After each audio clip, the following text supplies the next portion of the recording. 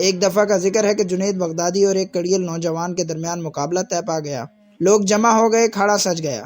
دونوں پہلوانوں نے جب ایک دوسرے سے پنجہ ملایا تو کڑیل جوان جنید بغدادی کی طرف لپکا اور گردن سے چپک گیا اور کان میں کہنے لگا، جناب میں سید زادہ ہوں اور پچھلے 7 دن سے بھوکا ہوں اور میرے پاس کھانے کے لیے کوئی ذریعہ معاش نہیں ہے، لہٰذا اگر آپ مجھ سے ڈھیا جائیں گے یعنی کہ چت ہو جائیں گے تو کچھ انعام و کرام سے نوازا جاؤں گا جس سے میں اپنی بھوک مٹا سکوں گا۔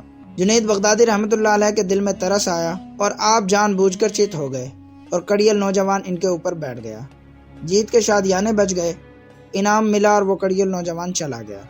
جنید بغدادی رحمۃ اللہ علیہ رات کے کسی پہر میں اللہ کے حضور کھڑے ہوتے ہیں اور دعا کرتے ہیں، اے میرے رب، میں نے کوئی نیک کام نہیں کیا لیکن تیرے ایک بندے کی عزت رکھی ہے، تو اس کے بدلے میں بھی مجھے کوئی انعام عطا کر۔ ناظرین، جنید بغدادی رحمۃ اللہ علیہ کو اللہ رب الکریم نے ولایت عطا کر دی۔ میرے محترم، عزتیں بانٹنے سے عزتیں ملتی ہیں، عزتیں بڑھ جاتی ہیں۔